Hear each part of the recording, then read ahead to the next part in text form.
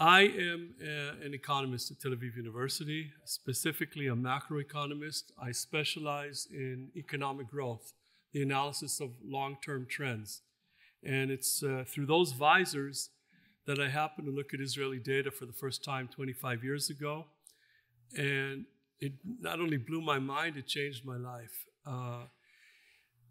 Once I began looking at this, I couldn't stop. I couldn't put it down because basically I was looking at the end of my country. This is 25 years ago, before the term Startup Nation became a term. We have some of the best universities in the world, phenomenal high-tech sector. You saw what we can do technologically in the past year, and some of our neighbors who didn't believe we still had it saw it as well.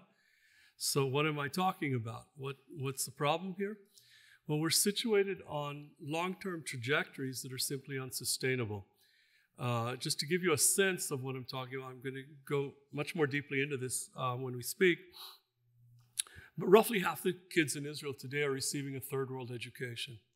They belong to the fastest growing parts of the population, which means when these kids grow up, they won't be able to sustain a first world economy, which means no first world healthcare or first world welfare, but also not a first world military.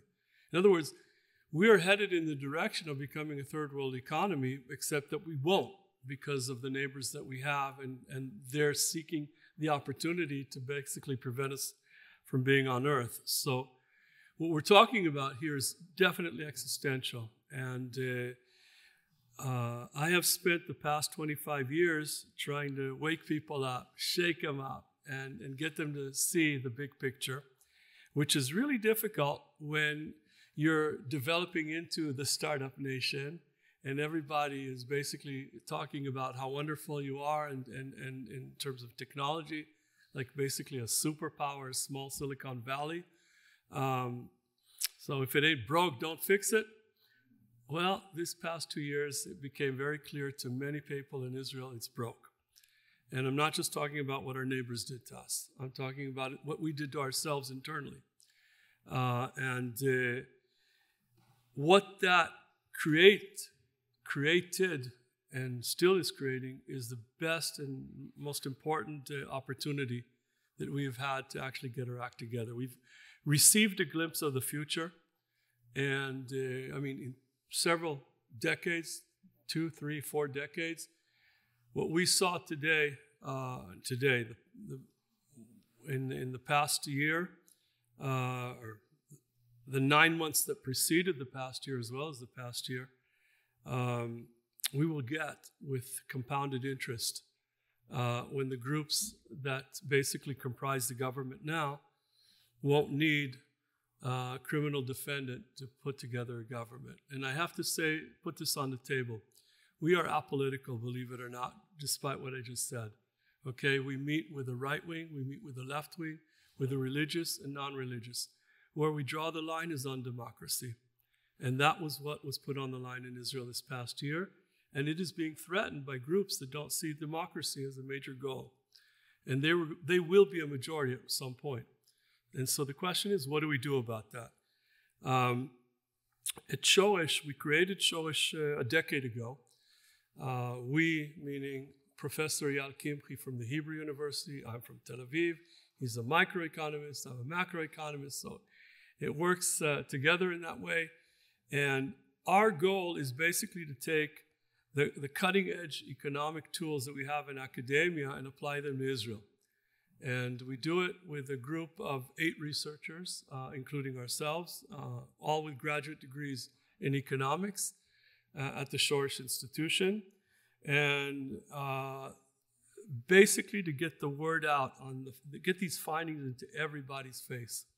So everything I'm going to show you here, we spent the past summer and fall showing it to all of the opposition leaders in Israel, and the government, the education minister, and others as well.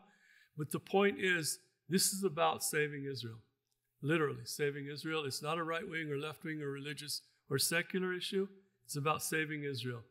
And I want to make it clear, because this is going to include some very difficult things. And many people who are aware of Israel, including the heads of the political parties we met this summer who I've met with several times in the past, who are familiar with the material, at least at the headline level, are not aware of the gravity of the situation, and more to the point, how quickly it is developing in the direction that will become untenable.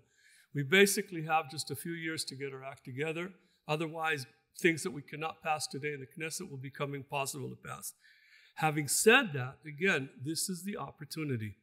The vast majority of Israelis today and Poles basically talk about the same issues that we're going to be talking about here, even if they're not familiar with the bottom line, with the basic facts.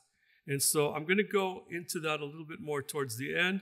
I will show you how we get out of this thing, but first of all, because the things that we need to do to get out of the predicament that we're in seem so untenable politically today in Israel, I have to first of all convince you why they're the only option we have.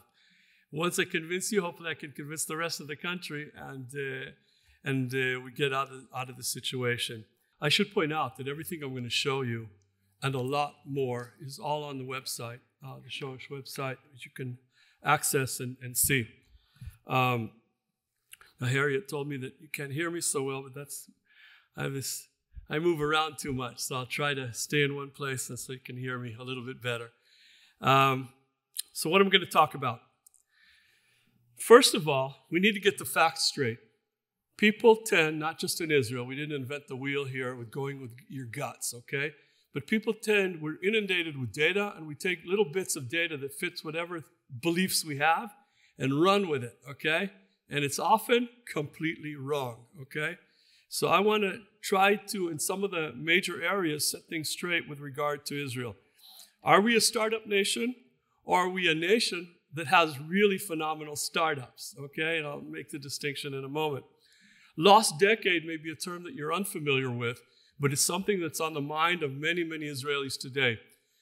After the Yom Kippur War, we went into a tailspin, okay? And many people refer to it as the lost decade after the Yom Kippur War, and are very concerned that history will repeat itself, that we are now going to go into a period which is a lost decade. So I'm going to talk about that as well.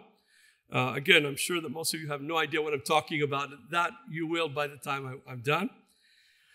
Israel, okay? We are the people of the book, but are we educated? Okay, let's talk about that as well. And the core curriculum, who needs to study it? That's a term that's been often used to talk about Haredi education, ultra-Orthodox Jews. Do they study the things they need to study? But the question is this something that needs to be dealt with only with them, or is it a broader issue? And then, what do we do? Okay, so what's happening in Israel?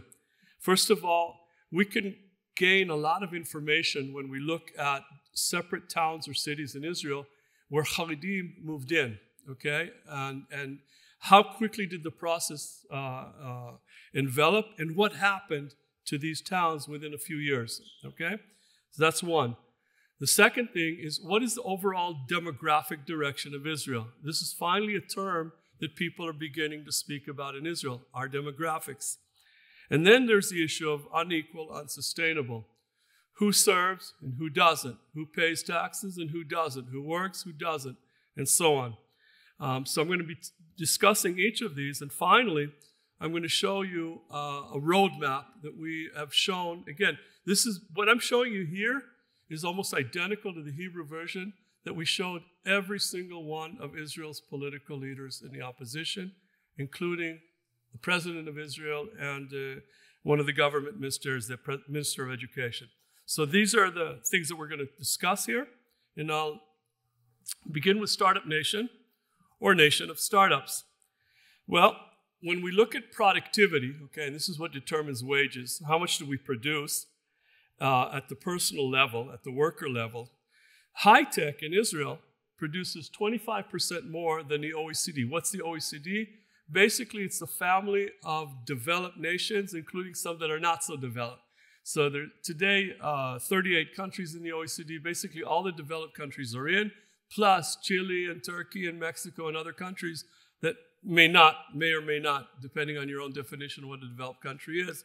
But this enables us to basically compare to a whole bunch of developed world countries. High tech is super special. The productivity is 25% above, but that's only 10% of the workers in Israel. That's it. Everybody else belongs to this part, which is, on the rocks. It's doing horribly. It's 40% below the OECD. So they're like two countries. There's the high tech and there's everybody else. Everybody else, not just Haredim, not just Arabs, everybody else on average is in this other category. So on average in Israel, productivity is low. Because it's low, wages are low, income are low in Israel in general. Again, you have people who are rich, but most of us do not make that much money. What is the relationship between productivity and wages? The way we measure labor productivity is the amount produced per hour. GDP, total country GDP at the numerator, the total number of hours worked in the denominator. So this is the amount worked per hour on average nationally. So this is all the OECD countries' labor productivity on the horizontal axis. It's completely related to hourly wages. If you don't produce a lot, you can't get high wages. And you can see the relationship here. And Israel, despite its having a high-tech sector that's phenomenal, has really low productivity in general, and therefore we have very low wages in general. Okay? What about lost decade? This is, again, a term that was given to the decade after the Yom Kippur War, where we basically took a big dip in income and growth. One of the most difficult things that we as economists have when we teach our econ students is to believe in things they don't want to believe in. For example, everybody knows what causes growth, right? Our politicians tell us all the time. But do you know that it's really difficult to move a country from its long-run path? Countries are on very, very steady long-run paths for decades. Take the US, for example. Since 1890, this is the trend line. This is GDP per capita. This is the standard measure for income standards. Okay, so this is through 2007. 2008 was the Great Recession, so I'm extrapolating on. And this is the actual path of the US. It's like a ruler, okay? Wars, world wars, Great Depression, you name it, you have fluctuations, big business cycles, small business cycles, but you're on the same path for the past 130 years. In the past decade and a half, you're below path. You haven't really recovered from the Great Recession, okay? But apparently you will, and you return to path. So the US has been growing at 2% a year, GDP per capita.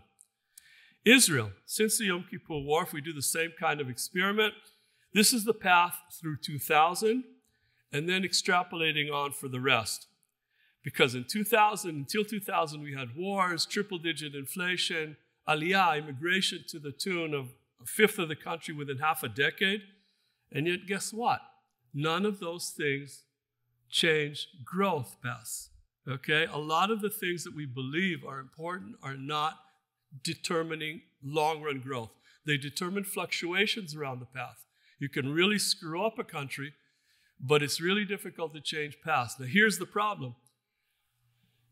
The US has been growing at 2% a year for the past 130 years, okay? And we've been growing at 1.8%, but not in one decade, 5 decades. We didn't lose one decade, we lost 5 decades, okay? Again, contrary to popular belief, it's just one decade people are afraid to lose.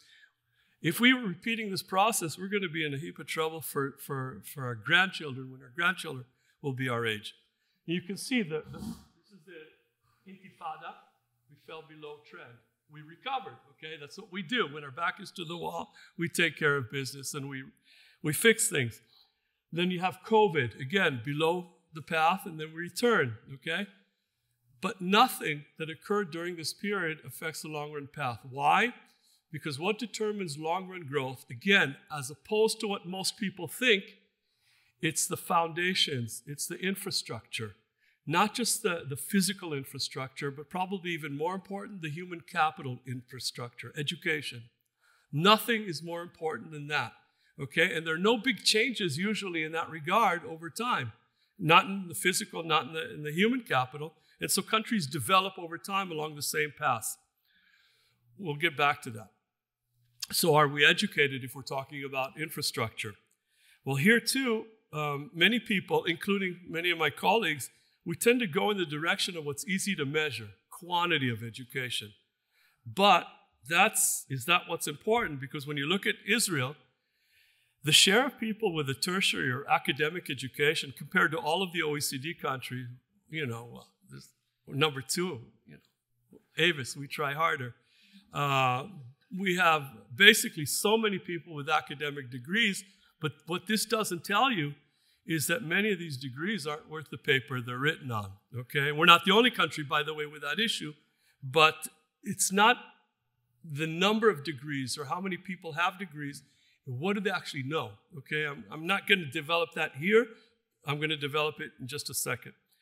Another measure, how many years of schooling do people have? Here we became Hertz, okay? I'm talking about 40 years ago commercials in the States, but Avis and Hertz. We're number 1, okay? But to paraphrase Abraham Lincoln, it's not the number of years of education that you have, it's the education that you received during those years, okay? And to point that out, this is a study done by Rick Hanushek and Ledgar Westman. Rick Hanushek is a very important Stanford University economist, his colleague from Germany. And what they looked at was the importance of education quality, not quantity. Well, they also look at quantity, but quality on growth. 50 countries over a 40-year time span. What is the relationship between the number of years of schooling, here we're kings, right, and average economic growth over the period? Nothing. A little bit of a positive relationship, but nothing to write home about. But now if we replace education quantity with education quality, what do the kids actually know? Okay, so here you have international exams that are given in core subjects in math, science, and reading. That's what makes the difference, okay? Now I'm showing you a correlation. I'm not showing you how one variable determines the other. We do that in separate studies. They did it in their studies. This is just a nice graph to show because I can show you the relationship. But in fact, I will even show you at the micro level. What you know, what you study will affect not only the country's economic growth, it'll affect your own personal wages, okay? So what do we know? If we look at all of the PISA exams, this is the international exams in math, science, and reading that were given over the past almost 2 decades, since 2006. So this is in comparison with all of the OECD countries who participated in these exams. This is the average multi-year, multi-exam achievement score. And we are basically at the bottom of the developed world. The countries beneath us are not exactly typical of developed countries, okay? So all the relevant countries for Israel are giving a better education. And if you immediately point at the Haredim, you're mistaken. Because the Haredi boys, for example, don't even study the material, so they don't take the exam. Had they taken the exam, it would be even worse, okay? We did this on our own, it's not the Haredim, okay? More to the point, we have like 4 separate streams of education. The Haredi, again, this is not because of them, but we have the secular Jewish, religious Jewish, and the Arab or Arab-speaking schools. So at the top of the streams in terms of achievement are the secular schools, the non-religious schools, and they're below the majority of OECD countries. This is the best. Then we have the religious schools in Israel, not religious Haredim. This is religious that work, they go to the army, modern Orthodox to, I don't know what the comparison here. But their schools are horrible. They're below 80% of the OECD countries. The Arab-speaking kids in Israel, it's as though they don't even belong to the first world, okay? They're below many third world countries. Now, if we were to do a similar example like this to the United States, so the U.S. isn't anything to write about, okay, in terms of education in general. Of course, we would be very happy to be in your position, but suppose we did a similar thing to the U.S., divide U.S. up into 4 groups, whites and blacks and Asians and Hispanics. What would it look like? it would look like that. Okay? So the Asians and the whites are way up there. Asians are way, way up there. Way below are the Hispanics, who are above Israel. Then the blacks, who are below Israel, but above the Arabs in Israel, who are above the Haredim in Israel. Okay? Now, the ones that I skipped here, the Arabs in Israel, if we compare them just to Arab countries that participated in the most recent exam, there were 6 of these, this is how they compare. They're below half of these Arab countries that participated in the exam. When we go into the demography aspect of this, first grade last year, 22% of the kids are Arabic speakers in Israel, okay? Which on average are below many third world countries, the education they receive. Obviously not all of them, but on average, that's what it looks like. Then we have the Haredim, 22%, where the boys don't even study the material, let alone be tested for it, okay? And then we have what we call the periphery in Israel, the Jewish geographic periphery or social periphery. These are places where in a normal country they would be suburbs. In our case, they're like outlying periphery areas that nobody really wants to live in or go to school in. And that's what I meant when I said earlier, roughly half the kids in Israel today are getting a third world education. And they belong to the fastest growing parts of the population, which means we have a limited time clock here, things that have become extremely difficult to pass in the Knesset to change direction. I'm going to talk about some of these at the end.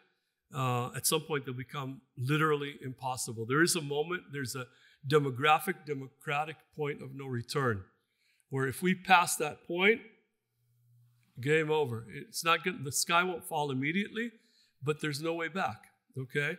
And again, Israel is a country, when our back is to the wall, we get our stuff together. And the question is, will we understand what's on the line here and take care of business while we still can? What about a core curriculum? So who needs it? When we look at the increases to wages from what we study in high school, this is basically a study done by Eyal, by my colleague at Shoresh.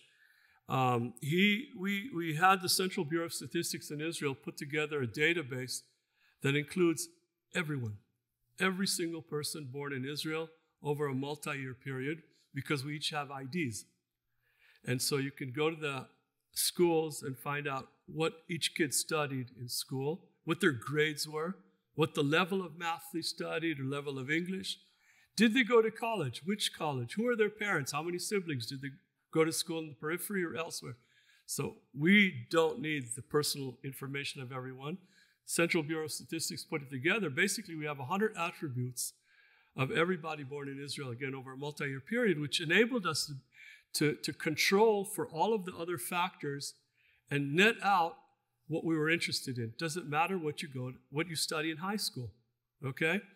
And when we compare, for example, English, if you study English in high school, 5 units in high school of anything is the highest, then 4, then 3, and on down. So the increment to wages relative to kids who did not study English at 3 levels and up is an increment that you see here. More for girls than for boys.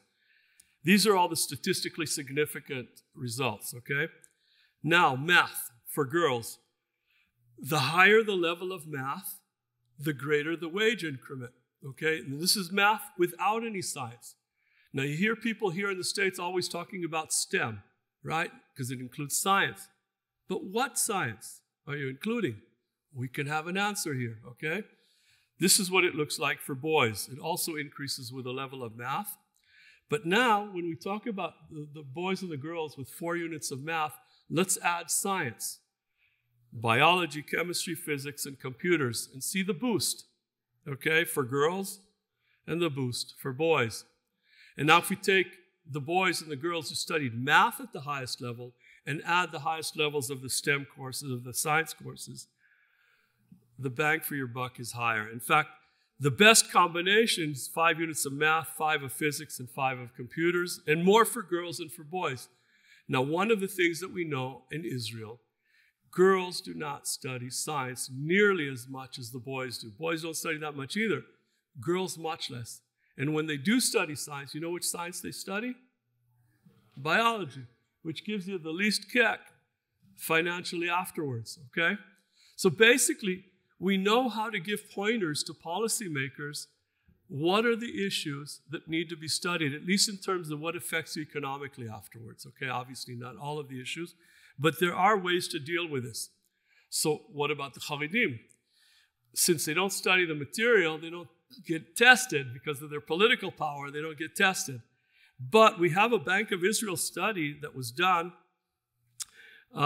several years ago, and it looked at all of the neighborhoods where Shas, one of the two Haredi, ultra-Orthodox parties, went into in the 90s. They went in, created their own school system. So what these guys looked at in the study was the older brothers who went to secular or religious schools versus the younger brothers who went to the Shas, ultra-Orthodox school. What happened to them later? So graduation rates fell, employment rates 20 years down the road were lower, and wages were lower. This is what they did to their kids, their own kids, okay? But, and there's always a but the Haredim, more and more Haredim, this is actually truly a bright side, more and more Haredim want to be involved in Israeli society despite their leaders. And it's important to say that. And so many more of them now are trying to go to higher education. And you can see the numbers here. So this is good, right? Except, there's always an except.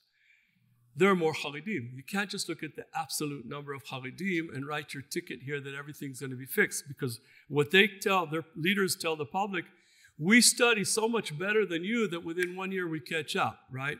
We're all a bunch of morons, and they can do it within a year.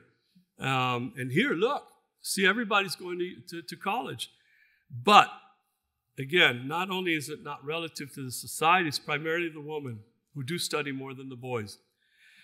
And yet, what matters is not who's going to college, but who actually ends up with a degree. Okay, you actually have to finish college. And the dropout rates are phenomenal. Okay, for the woman, everybody in Israel is certain to get a great education, over half drop out. And for the men, over 3/4. And they're not dropping out from places like Harvard or MIT or Princeton or Tel Aviv University or Hebrew. They're dropping out from some really crummy colleges. And even that's too much, because even if you're really smart, if you didn't learn the basics, it's really hard to make it up when you're 20s and 30s and you have kids at home, and it's not going to happen, and it doesn't happen. So what's more relevant is not how many want to go to college, which is in and of itself very important, but how many actually get a degree. What is the share of prime working age men and women who get a degree? So as a benchmark, this is what it looks like for secular Jews. It's high and rising. Again, relative to developed world country, very high. I'm not going to repeat that many of these are trash degrees. But what does it look like for the Haredim? Nothing has happened over the past 20 years. There has been a slight increase for the woman. It's plateaued a bit, so we don't really know what's going to happen with that. But even that's not major. For the men, absolutely nothing. Okay, despite everything we're told, nothing. Okay, and that has huge ramifications because of this. Okay, so when we look at towns, we can get an idea of the direction Israel is headed and how fast. Well, we know that in Haredi families, the men tend not to work in most cases, and the women work. Again, given their education and their employment possibilities, their wages are not high. Haredi families in general are very poor. So it stands to reason that a Haredi community or a Haredi town is going to be very poor, okay? So what I want to show you here is socioeconomic classification from 1 to 10. This is something the Central Bureau of Statistics in Israel classifies every single municipality. The poorest are 1, the wealthiest are 10, okay? So they're all classified. And then how is that related to the degree of Haredim in the town. Specifically, how can we measure that? We're going to do it through elementary schools, primary schools, because everyone has to send their kids to school, to primary school at least.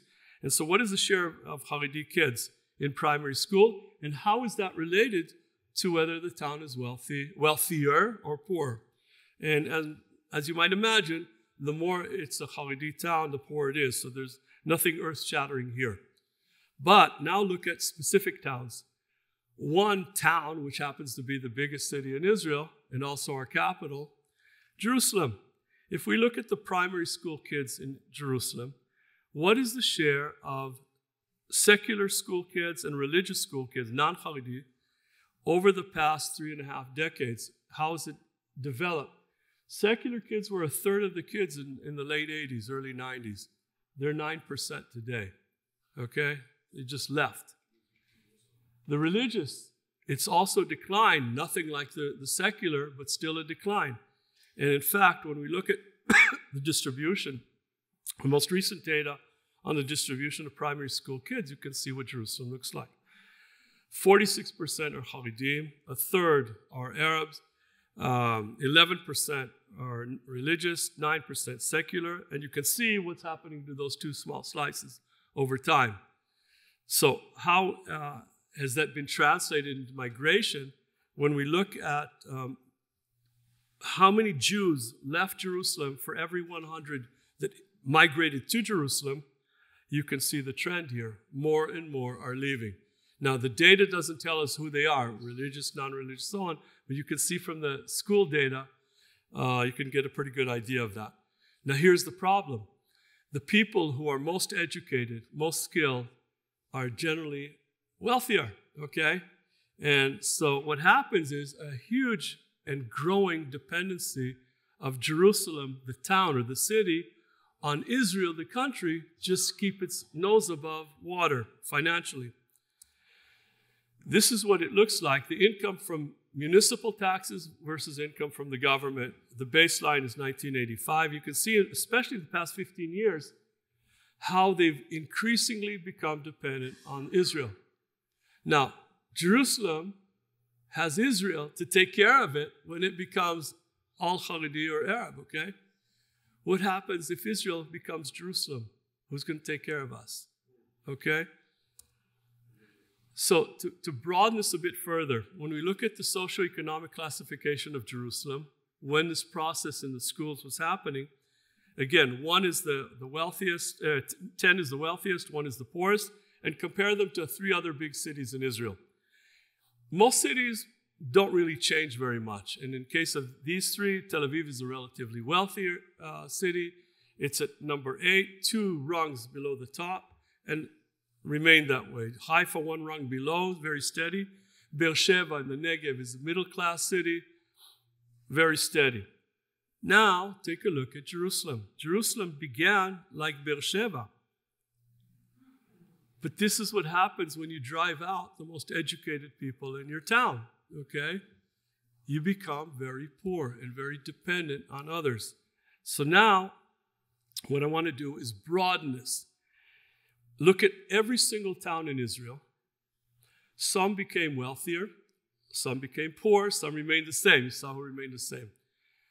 Of all those who fell in their socioeconomic classifications, who fell the most and by how much?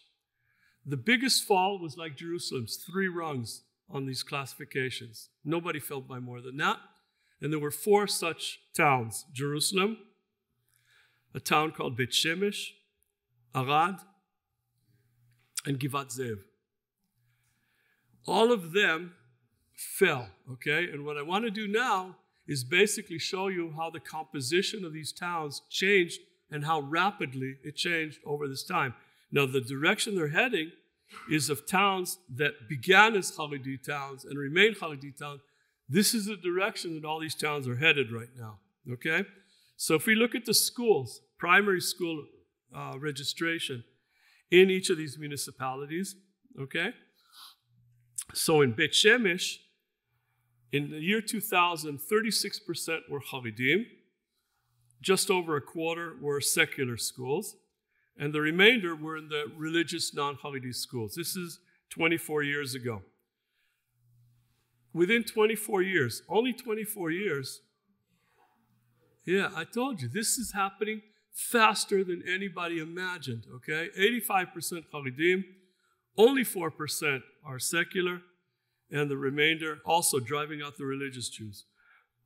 Arad, which was a fairly secular town. 75% of the kids in elementary school were in the secular schools. Only a fifth were in Haredi schools. Within 24 years, 2/3, just over 2/3 are Haredim, and a quarter are secular. Givat Ze'ev, no Haredim in 2000. In fact, no Haredim in 2010 either, which you can't see here. All the rest were either secular, primarily secular, or religious Jews. This is all since 2010, okay? In other words, it's not just fertility that matters here. Fertility is vitally important, which we'll talk about in a moment, but it's also an issue of intolerance to others, okay? You cannot remain in your town and think that you can behave the way you did when you have people who decide, no, you cannot drive anymore on Shabbat. You cannot turn up the music. You cannot do it. We'll stone you. We'll basically break your bones and spit on you. And this is what happens, okay? And we have more and more examples of this, and they just drive out the others, okay?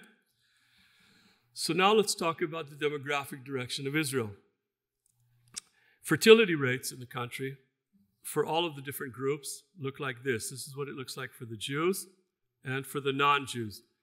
Basically, we're talking about a situation here where the Haredim have 3 times the number of children that the secular, traditional Jews, the Druze, and the Christians. By the way, the Christian Arabs are the more educated Arabs, therefore they have... Education matters. It affects the fertility rates, obviously, not just in Israel, everywhere in the world. And as a result, you can see these big changes here. Now, our government right now comprises 6 parties, Likud and 5 others. 2 are ultra-Orthodox, and 3 which ran together, but basically split up into 3 messianic, extremist, Jewish supremacist groups. These are the birth rates of the people who basically represent these parties right now. Okay, so this is what I meant earlier. We got a glimpse at the future. They will not need a prime minister who today had to testify in court as a sitting prime minister, okay, today. They won't need such a person in the future. They'll have the votes without him, okay? What is the share of Haredim in each generation? It doubles every 25 years, every generation, okay? So when we look at the very old, 95, they're just at 1.4%. It's just doubling every 25 years. Now, that's an exponential function, which is very difficult to internalize if you don't know math that well, okay? So, an example, if we're looking at 50-year-olds, people who are 50, 54-year-olds, the Haredim comprise just 6% of the population. Now, fast forward to their grandchildren, okay? 2 generations off. The toddlers, 26% are Haredim. Tomorrow, they're in school. The day after tomorrow, they're in the workforce and in the army, or they're not. And what then? And 25 years from now, it's half the children and half the toddlers in Israel. Okay? That's how fast this is occurring here. One of the things that happened, and this is what's beginning to develop in Israel, is a growing realization that our back is to the wall. We need to do something. After the first wave of missile attack from Iran in April, the following day, that was a Saturday night, Saturday Night Fever. Well, that was our Saturday night. Sunday morning, this is what was in the press, for example. Dana Weiss is an anchor woman in Channel 12. What she said, and I'm just quoting here, translating the quote, "The core of our existence is what protected us yesterday: science, education, and strategic thinking. When I look at first grade today, I ask myself, are we prepared for the challenges that will be in 25 years? Today, a quarter of Israel's first graders do not receive the tools, do not study the core curriculum, do not learn English, do not learn math. Friends, It doesn't matter where you're from. For Israel to have existential security in 10 or 20 years, everyone needs to study the core. Okay? Nobody spoke like that until this war. Nobody. This is the Haaretz, the marker, the Hebrew business section of Haaretz. The main headline is the Iranian attack was stopped. This is again the following day, the Sunday. The Iranian attack was stopped thanks to education and science, which the government is trying to crush. The smaller text, the sub-headline or lead, Israel was able to shoot down 99% of the missiles because of the technological advances and alliances with the United States. But the government insists on working against these advantages by weakening the schools and weakening higher education. And you have no idea what kind of laws right now, this week, they're trying to pass in Israel against higher education. In fact, I'll give you an example. Okay? So it's not part of the prepared, but one of what they're trying to do now, basically, one of the reasons universities in Israel are among the best in the world is because when the first built, they were put in a separate authority from the government. The government cannot control the university, the public universities, but politicians cannot control it. They have a separate body which includes not just people from higher education, but also public representatives, but not politicians. Okay? Very important. And it worked fairly well until recently.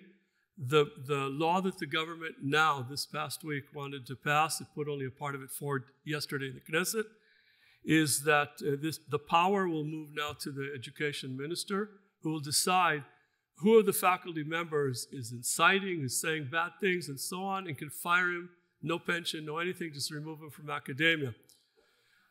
Why am I telling you this? Because I wrote an article, an op-ed, 20 years ago.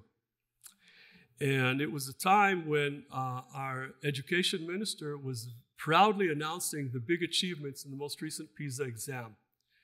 Okay, now, I as a novice, I hear big advances. What happened between this exam and the previous exam?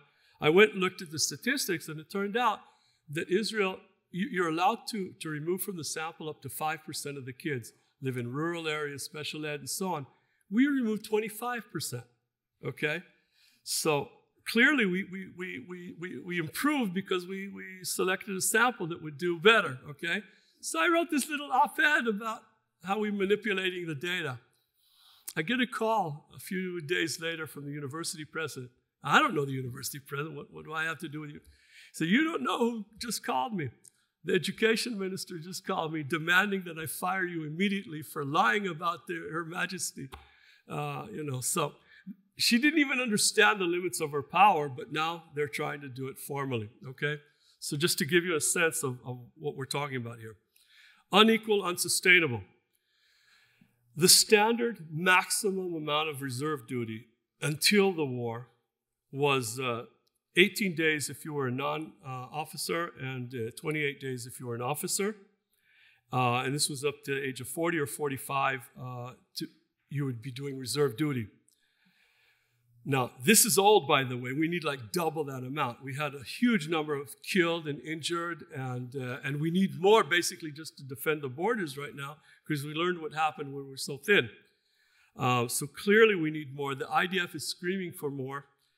And since they can't find a government willing to help out in that regard, they put forward a regulation for the day after the war. This isn't for the war. The steady state in the post-war period will be a maximum of 42 days or 55 days, depending on what kind of a soldier you are in reserves and for a longer period of time. Now, who can work at a steady job and be away for 2 months or a month and a half? Who's going to hire somebody like that? Who's even thinking about the economic consequences? That's a steady state. This year, people serve 200, 300 days in reserves. Okay, but it's a war. We're talking about post-war, when in fact, when we have Haredim who do not serve, the number of Haredim men in the ages of 18 to 20, nearly 40,000. The number of Haredim men, reserve age included this time, over 200,000. It's like, what's the deal here? Open your eyes. And this is something that's crossing all of the lines in Israel. The religious are pissed off, not just secular. It's everybody, right wing, left wing. And the inequality just screams to the sky, okay? But it's not just in that.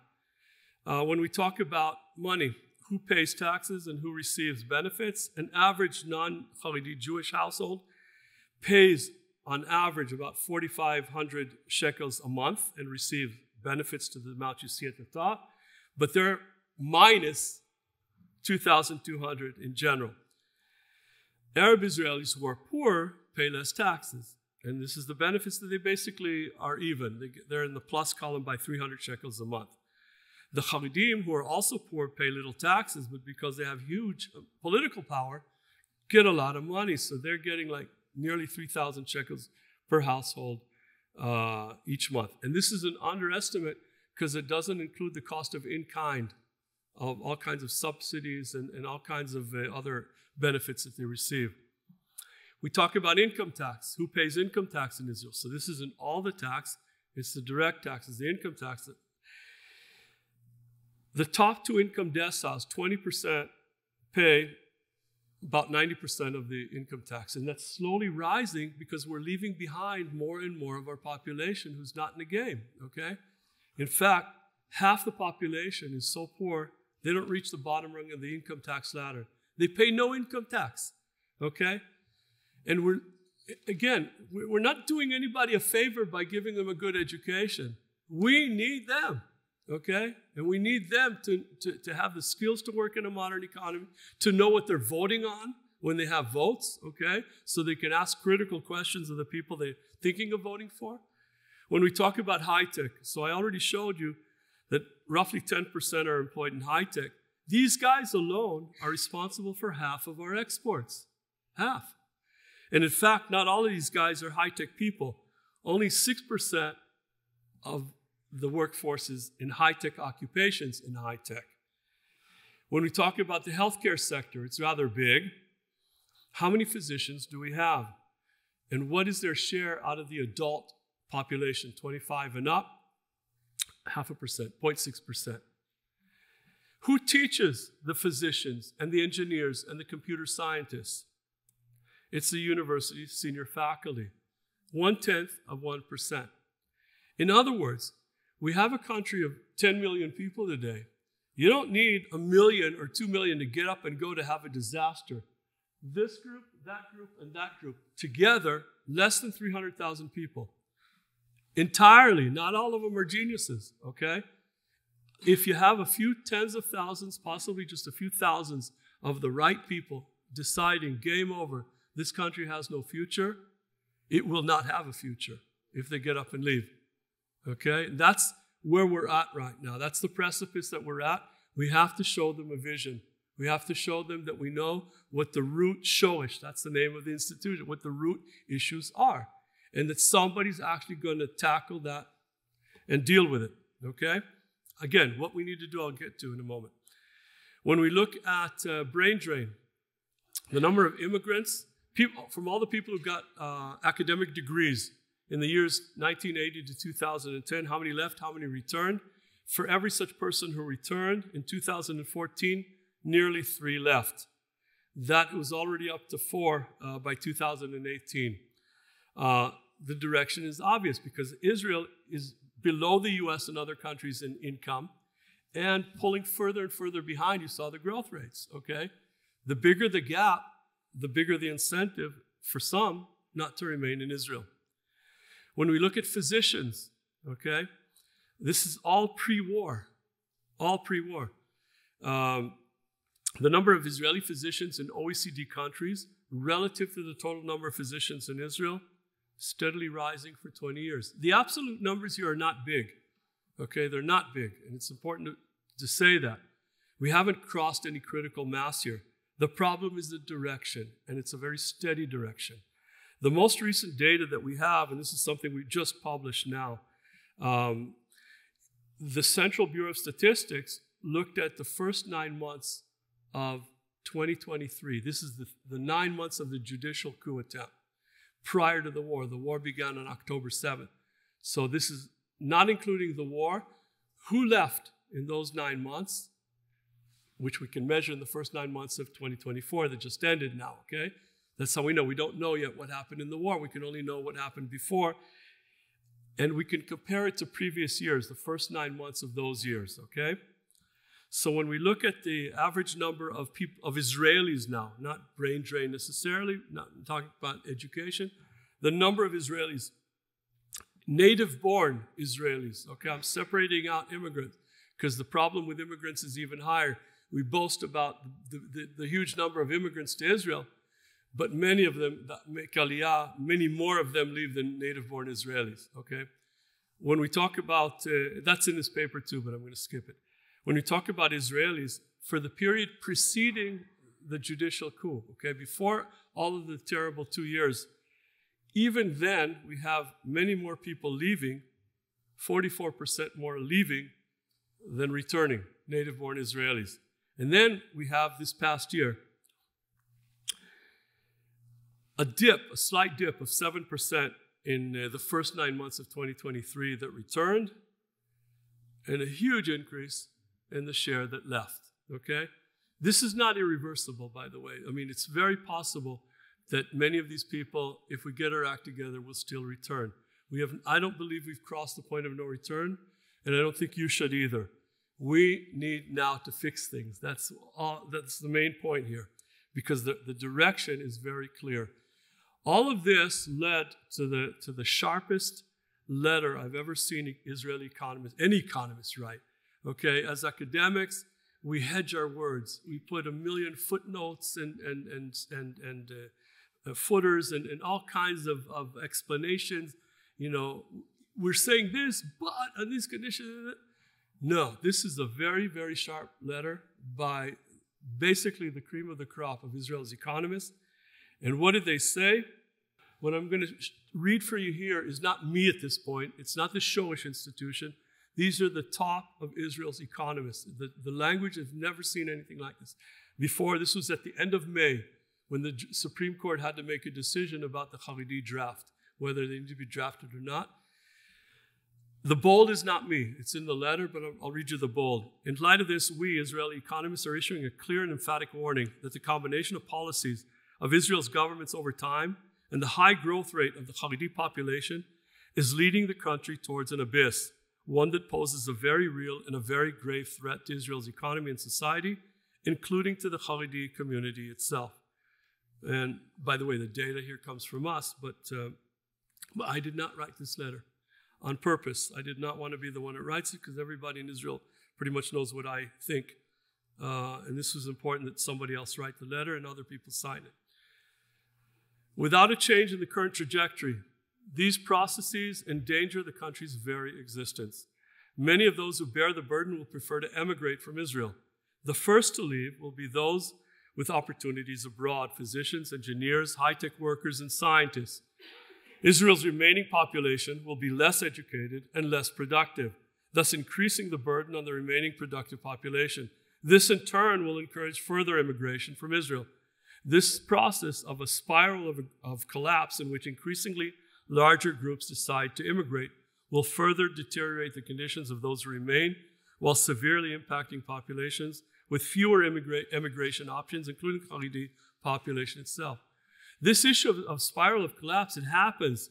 I mean, you could see it in Venezuela. You didn't need a war in Venezuela. All you needed was a Hugo Chavez, basically. A country swimming with oil, lost its doctors and engineers and so on, just like that within a few years. Lebanon, Beirut used to be once upon a time called the Paris of the Middle East. What Paris and, who's Paris? This happens. You can see it beginning to happen from Russia and from Ukraine now. These things are processes like a bank run. Once it begins, it's very difficult to stop, especially when it takes off. So I'm not going to read you the whole thing. This is a clear and present danger to the country, one that we assess has a very high probability of realization. The bottom here. We are sounding the loudest possible alarm. History will not forgive Israel's current and future leaders over the entire political spectrum if they stand idly by. Okay, so now to wrap things up here.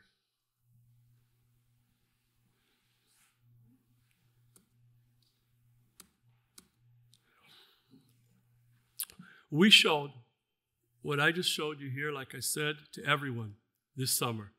Naftali Bennett, right-wing, religious. Yair Lapid, center. Both of these were in the government, prime ministers, the previous government.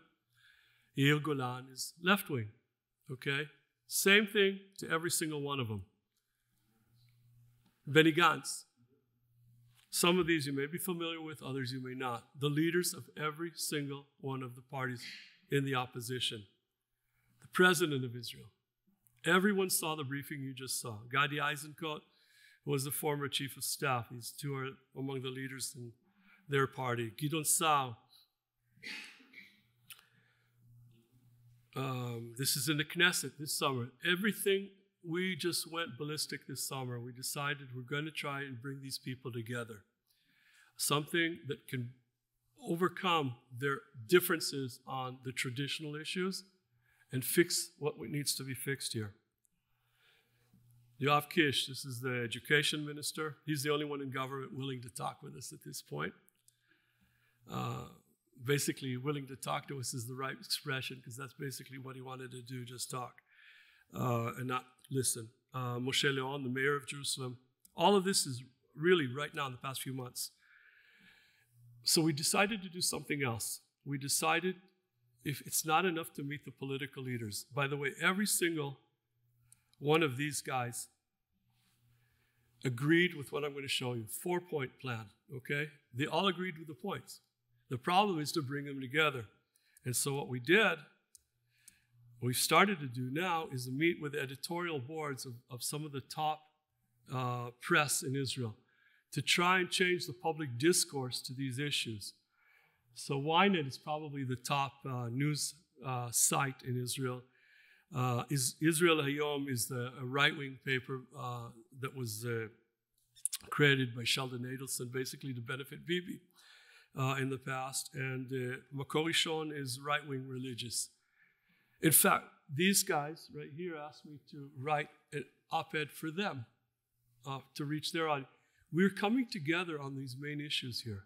And that's one of the things that's never happened before at this scale. And that's what I'm trying to convey to you. Despite how dismal the picture I showed you, there is reason for hope here, in the sense that we can do things. So what do we need to do? Okay, so 2 objectives here.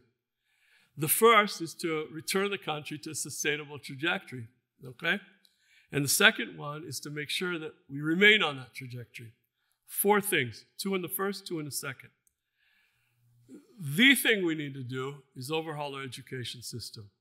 We don't need to make this about the Haredim, because it's not. Our education system is simply the worst in the developed world, bar none. We need to fix the entire thing, because we're losing entire population groups. But, and that's the big but, leave no one aside this time. No 4 streams. Everyone needs to study the same core. The same math, same science, same English, same Hebrew, same civics, so they know what the difference between majority rule and tyranny of the majority, so they question their leaders. We have to have at least some kind of a basis here that will protect a liberal democracy in Israel. You want to be Haredi, be religious, be whatever you want. But those are the rules of the game, because that's the only kind of country that will keep the people in Israel that are shooting down missiles, that are blowing up pagers, and that are basically keeping us on the map economically, okay? How do you force people to pay attention? Money. Again, this is probably the best period to do what we need to do.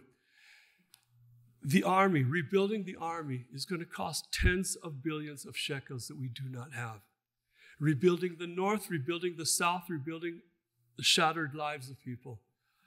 Further tens of billions of shekels. We're talking about a scale that we've never, ever had before, which means we now are entering a period where we have to focus on the national goals here.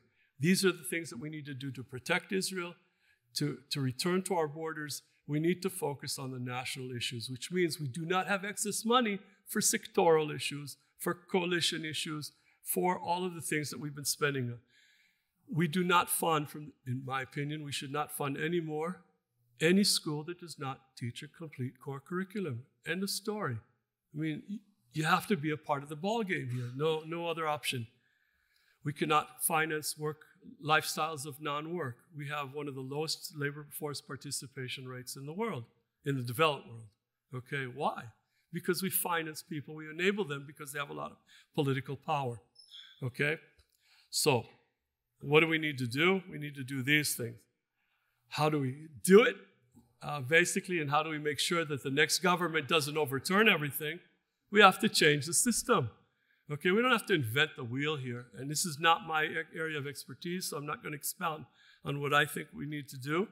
But clearly, we need to reevaluate how we're running things. We don't have checks and balances. Our executive branch already controls the legislative branch and now wanted to start controlling the judicial branch. There's got to be separation here. The executive branch also has to run properly, basically have ministers that actually know what they're talking about, know something about the ministries that they run, and so on. And then, fourth thing, nail this down in concrete with a constitution. We need a constitution, something. By the way, these last two, if we don't do this one, in 20, 30 years, the population will be such, the demographics will be such that they'll be able to overturn all of this. That's why this is just to buy time to do this, so that in 20, 30 years, we won't have a majority in the population that wants us to become a country that's not a liberal democracy. Okay? So this is the idea. I even wrote about it recently in one of the, again, after these meetings that we had, and the English version comes out in English, which we can send you. This comes with an action plan. Because the politicians, like I said, every single one of the people you saw here agreed with all 4 points. All of them. But there was always a but. Yes, but you guys need us. We need to go and speak with the other politicians to join me. Okay? Some of them said, but this has always been my platform, but the others now have to do. Everybody's playing these political games, all right? So the action plan part of this, which is not here, again, it's like pie in the sky kind of things right now. But if we don't do it, I don't know how else we're going to do it. Create one party for all of the opposition, everyone, with only a platform of 4 things, these 4 things. Create a government. You have a majority. You have like 70% of the votes. Many of the people who vote for Likud will vote for these guys as well. The majority of Israelis are sane, be they right-wing, left-wing religious or not. They want the country to exist. If you do that to these guys, that's what we're saying. If you do that, do these things, and then disband after a year. And we go to elections in a new system. Then you go back to being right-wing, left-wing, and whatever you want. But it's going to be a new system where you don't have all the fringe groups here running the show. So, I began with a list. Let me wrap it up. We're not a startup nation. We just have a lot of really ingenious startups in the nation. Lost decade? No, 5 lost decades. Are we an educated nation? You decide. Half the kids are receiving a third world education. A core curriculum, who needs it? Everyone. What about the moments of truth parts? The municipal home and Haredi towns have Israel. Israel has only itself. What happens when Israel will begin to resemble the Haredi towns? Who will take care of it? Who will defend us? The demographic directions, the population share of the Haredim is doubling every 25 years. Unequal, unsustainable, say no more. The roadmap, basically 4 things. Overhaul the education, overhaul the money, change the system of government, and write it in stone in a constitution. So that's what we do.